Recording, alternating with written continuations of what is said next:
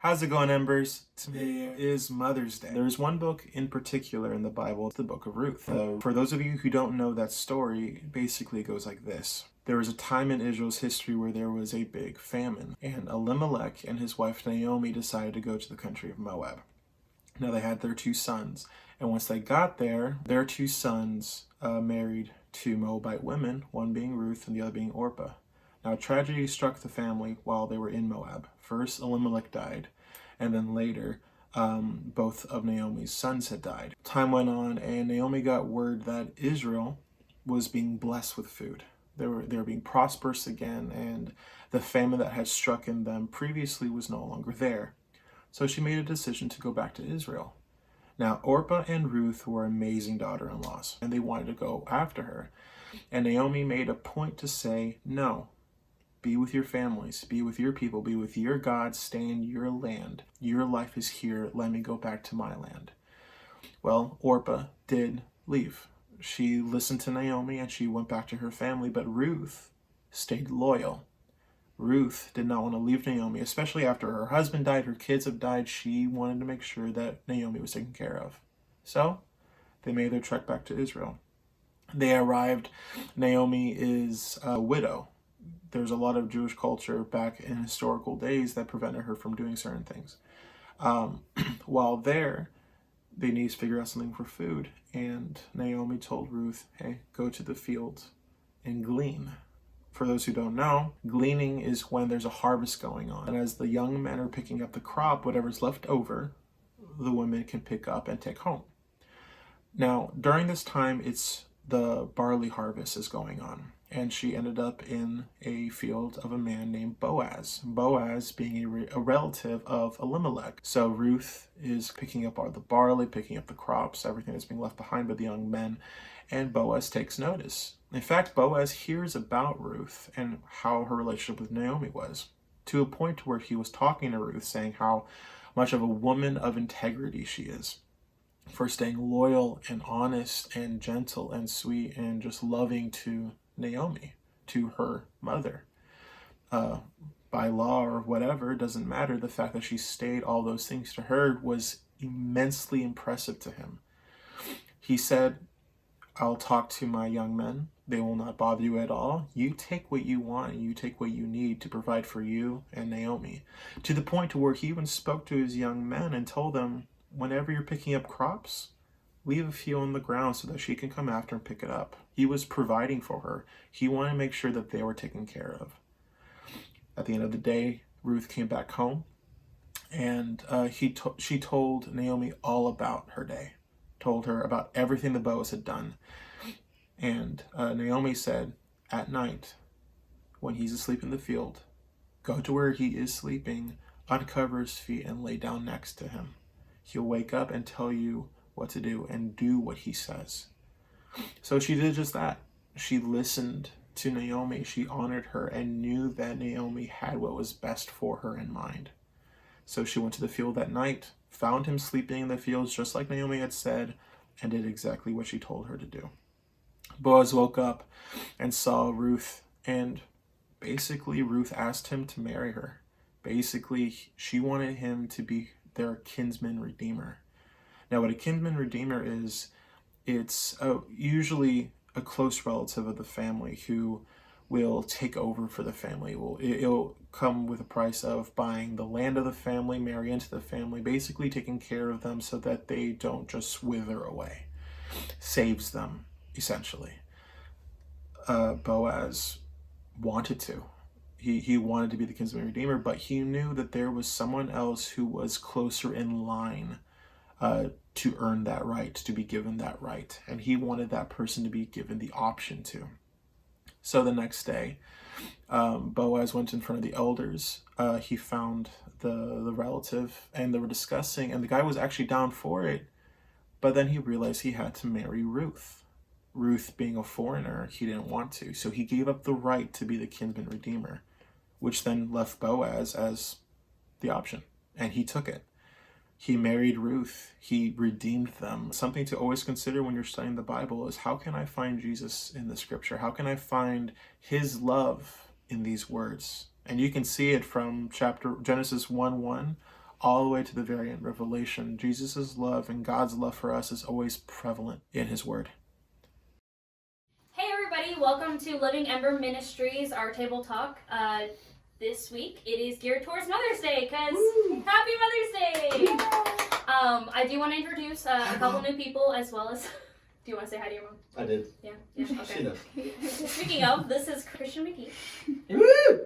Hello. I'm Jenny Potter. There we go. This is Megan McGee. Yeah. And Raphael Twitchell at the end. They are our newest members. They've been kind of in the background, recently, but now they're out here with us and talking about our topic today, which has to do with Mother's Day. It is about the book of Ruth. Yeah. We're gonna have fun today. Yeah. It's a different topic. We've never done. This is our first time doing focusing on a book of the Bible. A story. Yeah, rather than just a topic in general. Yeah. This would be fun. It's not so abstract. Can't really go off and ramble so much. It's a streamlined topic. Is that a challenge? Oh. Whoa. Cool. Well, so you guys have already heard the story, so I wanted to point out some things. I wanted to hear your guys' feedback on it as well, because I feel like the story of Ruth. It's one that, so if you've been churched, if you've heard the story before, I feel like these parts are really confusing, that don't make sense, and perfectly, good reason behind them not making sense. Simply because it doesn't mesh well, with our culture. For example, the reason behind, Naomi and Ruth being so helpless, in a sense, not necessarily like, oh, we're so helpless, but because of their social situation, they are financially helpless. And it's because, at the time in the Middle East, if you were a woman and did not have direct relationship with a man, then you had no stance in society. You had no source of provision or protection. There was just a lot of stigma is the wrong word, but that's basically it. But it was like there's a lot of social stuff that went with that. And so this story is about not just, woman loses relationship with man, so she's got to find another man. It's deeper than that. It's actually a story of, loss of provision and protection and being redeemed to that place once more. That place of security and that place of provision, protection that the Lord provides, and that they give glory to God for providing. There were multiple things throughout it. I guess I'll just hone in on the biggest one, which was after, Boaz has been providing actually already in response to her just kind of being present, which is kind of cool. Him allowing her to glean. Ruth is instructed by Naomi to go ahead and ask him to marry her. Now, you don't hear that in the text, but you actually do, because it's that act. We know that in the culture at the time, the act of her going to his feet at the threshing floor and laying on his feet. And when it says that she uncovers his feet, the implication is that she would then cover herself with that same garment while she's on his feet. And so it's the image of, I need you to protect me, and I need you to provide for me. So it's, again, very much culturally placed. What do you guys think of that? How that applies to us today? I mean, it's a vulnerability thing. Yeah. Especially, actually for him to even be vulnerable on the floor of the threshing room too, that anybody could just walk in. But I mean, thankfully it was Ruth. For her to just put her life in his hands, basically. Put her and her mother-in-law's life into his hands. Yeah.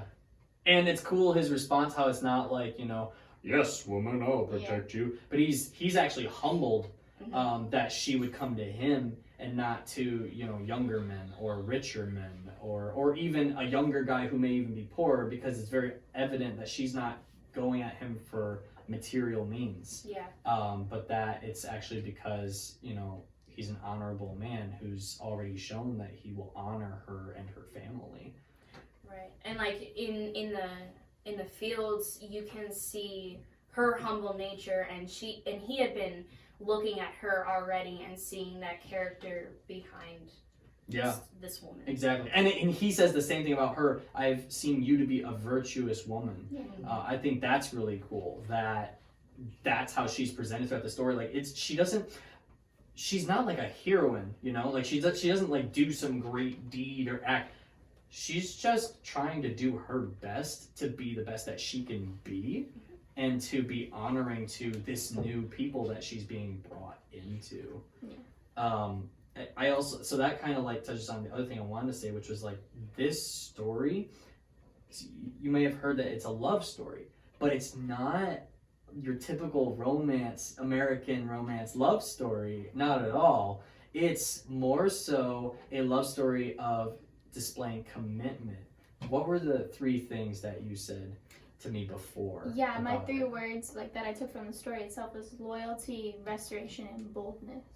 That's so cool. So yeah, I think that Ruth was loyal to Naomi in like doing what she asked, even though like Naomi was just her mother-in-law, like not even like related by blood, but they were just, she said go do this, and she was like, okay, I'll just go do that. She lost everything essentially, like the person that she married. Restoration, because like God took like beauty from ashes, that just like simply like Naomi lost her husband and Ruth lost her husband, but in the end like Naomi gained a grandson and Ruth became like the lineage to David and the lineage to like Jesus. That's so cool. So speaking of which, connecting the story to Jesus. Oh, hang on, I want to back it up real quick because I think it's really cool because I think Boaz's biggest source of impression when talking to Ruth and hearing her story is that she's not even an Israelite. Yeah. She's a Moabite. And she came, even though she has no business in this country, but she came with Naomi because of her loyalty to her. And it's really cool that because of her loyalty to Naomi, you know, Boaz exhibited grace and just was able to honor and restore. That's so cool. That line. Yep. And so, and in doing so, brings her into, like she said, the lineage of Jesus.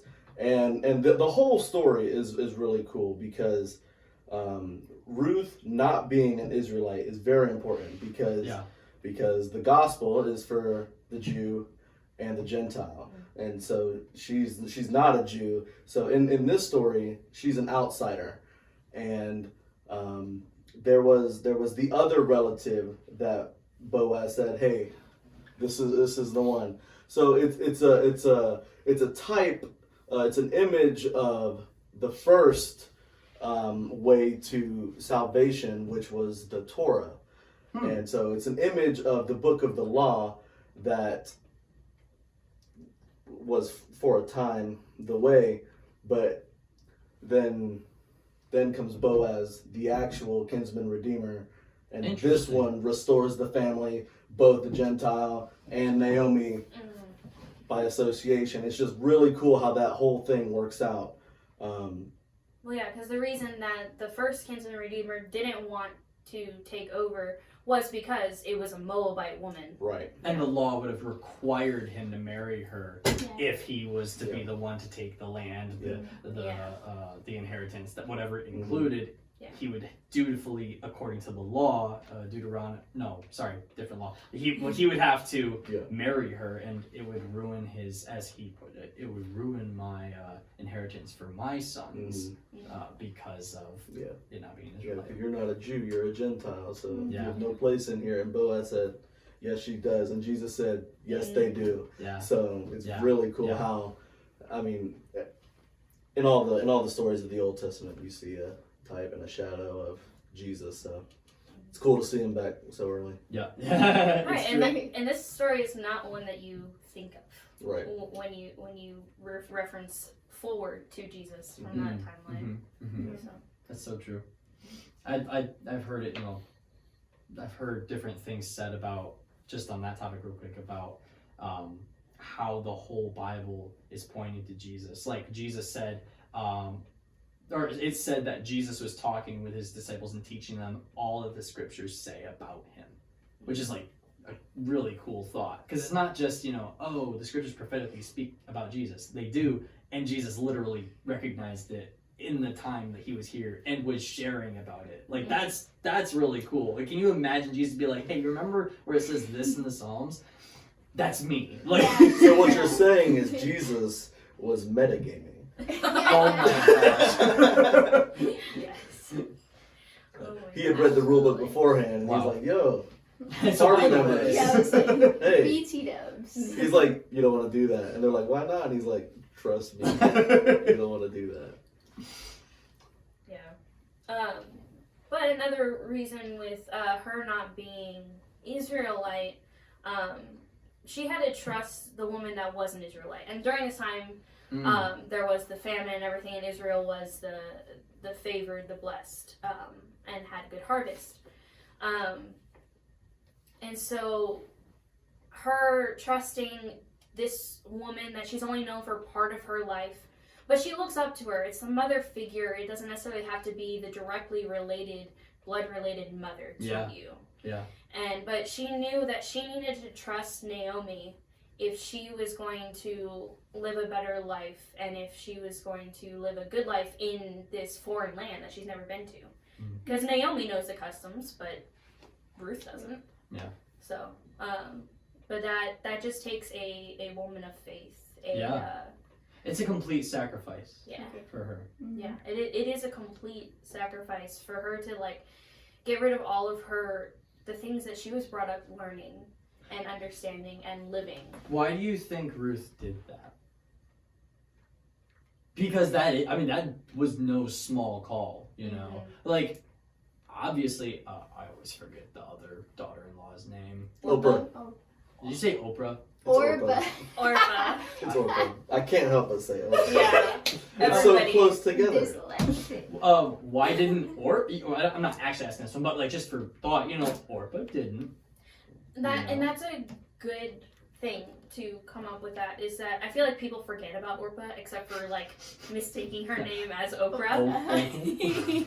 But just like with other stories in the Bible, there are like those quote unquote minor characters, but everybody can still relate to an Orpah related thing. Like they have an opportunity where everybody else is going, but they're like, no, I'm okay. I'm okay with staying at home for now. Yeah. I feel more comfortable there. And she wasn't feeling any pull towards, while she loved Naomi very much. They wept together, obviously, like she was sad to be leaving her, but she knew that she was going to be safer at home.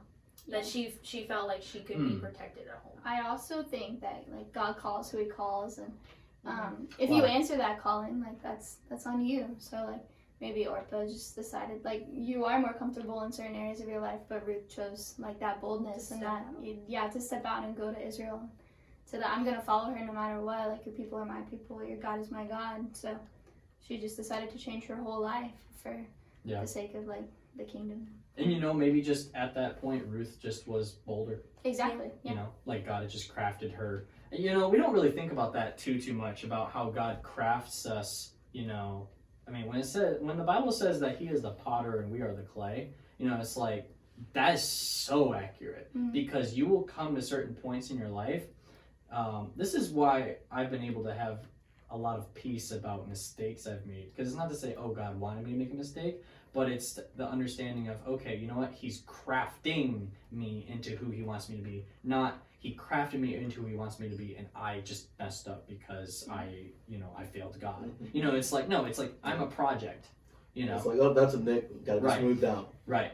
And now that is not a license to go. Oh, do for what sure, you for want. sure. Yeah, no. When you know it's wrong, Absolutely. like that's just no. But the growth is learning what's wrong and in battling against that which either is wrong within you or that which is simply not of God, like fear. Yeah.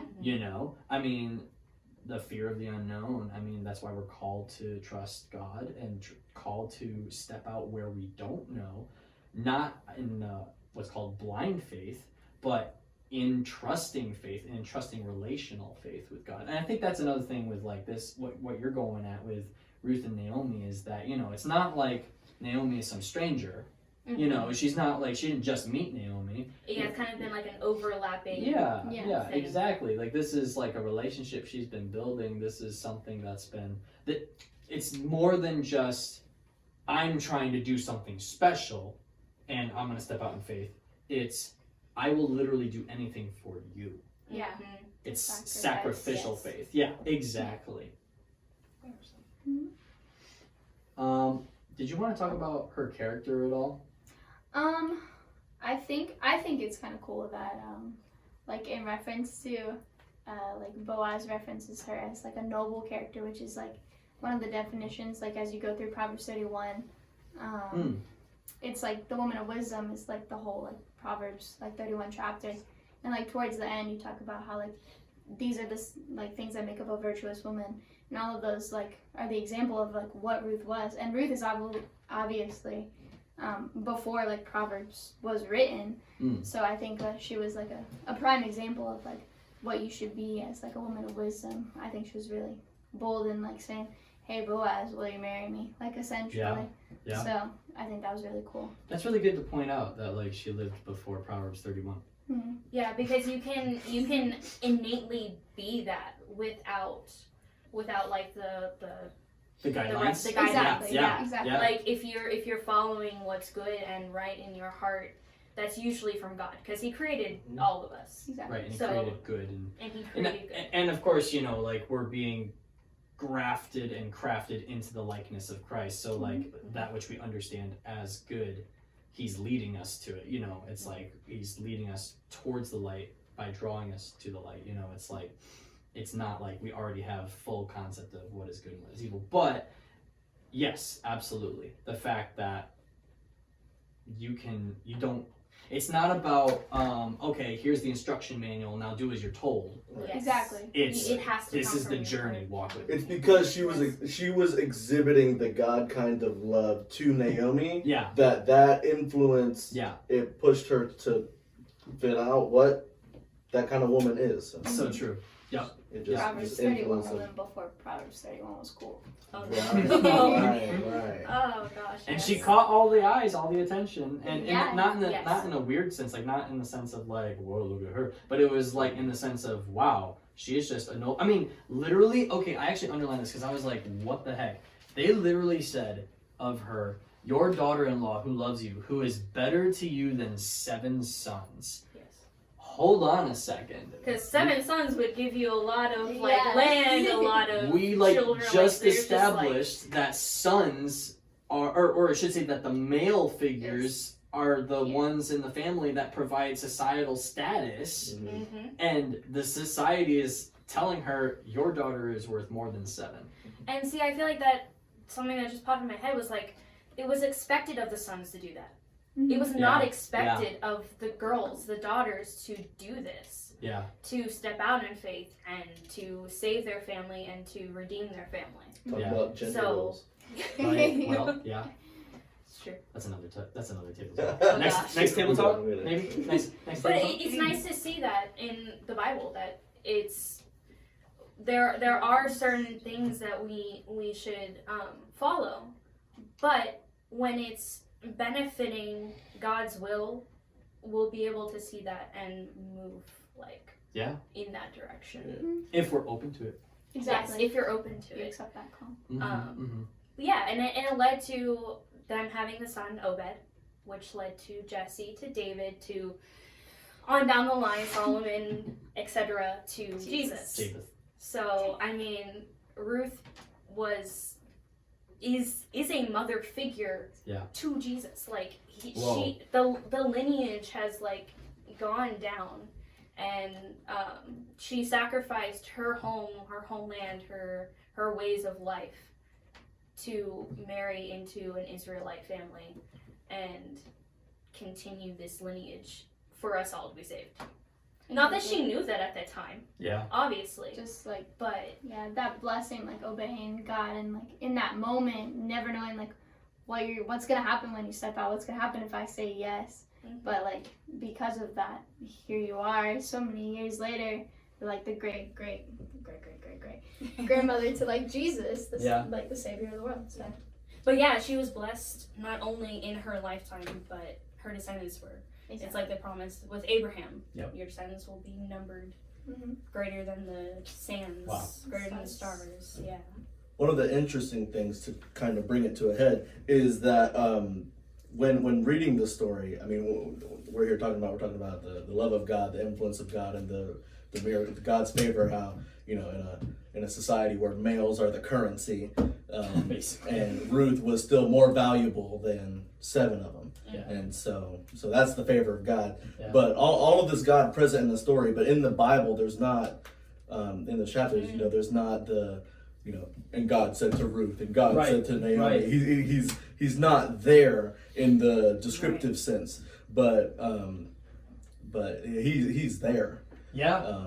And the characters call it out. Mhm. And it's like almost like if you were reading this from a non-Christian perspective, you'd kind of be like, what? Yeah.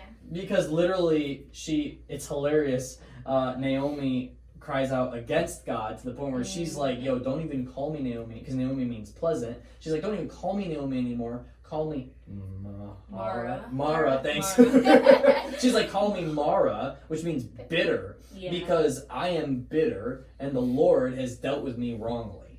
I mean, whoa, okay. And then what? Less than a chapter later, she hears that Boaz has been, she hears that this guy has been treating Ruth well, and she asks, who is this guy? She says, Boaz. She says, praise the Lord. I'm sorry. I knew he was there. I'm sorry, bitter. What did you say? Right. Yeah, right. Yeah. Like, for real. But it's like, if you're like not understanding, you know, that God is working in this situation, it's like, how did God get in the mix? But you're right. He's been there the whole time. Mm-hmm. Yeah. It just like goes to show that like no matter what you're going through, like right now, like God is still there. His hand is still in your story and in the like steps that's going. It's according to His purpose. So If you're willing to listen. exactly. That's the biggest caveat. So Yeah. don't sit at home and call yourself Mara. That's all I got to say. Naomi. It is Thank you for pleasant. that. Thank you for that. And what is He calling us to do? He's calling us into loving relationship with Him and into loving relationship with others. Exactly. There it is. Love is not a one-way street. It's an intersection. Whoa! Drop the mic. Well, that was God, because I just made I mean, it works. It works. Just want to give glory. that was a lot more profound than anything I can come up with. Yeah, that was awesome. Yeah. Definitely. I know that we didn't say too much like about Mother's Day specifically, I mean, But let's I sprinkle think it that- in there. but I think that honestly, it's probably a little refreshing to not be like, "Hey, here's this Bible, and here's what it says about today's holiday." Yeah, We're going to talk about Mary. Right. Yeah, honestly. We just changed one letter. Mara. Oh. Which means Oh. Wow. Happy Mother's Right. Happy Day. Mother's Day. Right, but yeah, with going off of that is the relationship between, like I said earlier, between Ruth and Naomi is that they were not directly mother and daughter. Mm-hmm. She married Yes. into the family of Naomi. Yeah. Because that is her elder. And she trusted this woman that she did love very much, and that Naomi loved her just as much, and she wanted to make sure that she was taken care of, but Ruth knew that going with her was the best option. And honestly, I feel like I don't know where I was going with that. I had it and then I just That's did okay. it. It's just a recap, really. Right. But like Mother knows best. but if Naomi went back by herself, she would have had to fend for herself. Yeah. Yeah. And Ruth going back with her, and that also showing the strength that she can be the mother to Obed, and Yeah. it's a low key like portrayal of like Jesus to us. Like He's our caretaker, so like we go off on our own, and it's like fend for yourself. Well, Yeah. you got it, but like Yeah. come with me and see, like, here, there's this roof over your head, here's, like, this plan that I've set out before you, and you just have to follow the steps and do as I say. You mean it doesn't all fall into place immediately, and I don't get my immediate gratification because I was obedient? Yeah, you know. I thought this was America. I know, right? No, not quite, not quite. No. And thankfully, there's a lot of instances in this book that show us that it doesn't always. Yeah, it's not like that. We're still on the right track. Even if it doesn't all fall together immediately, Yeah. we know we're on the right track because the people that he uses in here, it Joke. does not. Oh gosh. Oh, yeah. Yeah. Tune in next time. We're gonna talk about We can just list everything. All right, guys. Just wanted to bring it up, wrap it up. Love you guys. Happy Mother's Day to all the moms watching. One of the things we talked about was how God creates us like pottery. One of the things that I noticed was, I don't know if anyone's actually done pottery, but if you craft the pot, you have to craft it incorrectly to give it the curves necessary for whatever job that the pot itself needs to do. So to get the curves needed, you have to be crafted incorrectly. So sometimes things that you consider to be failures aren't actually failures. It's just pushing you in a direction so you can do what you need to do in the future. And one of the passages that was relevant to me during that was, what you do unto the least of these, you do unto me. And it was a situation where Naomi and Ruth needed protection. And Boaz saw them as someone to be protected. Not because of any ill desire, but because that is what was needed, and he did unto them as he would have done unto God. Besides that, love you guys. Hope you have a great rest of your week, rest of the month. Stay safe, stay clean, and don't forget to smolder.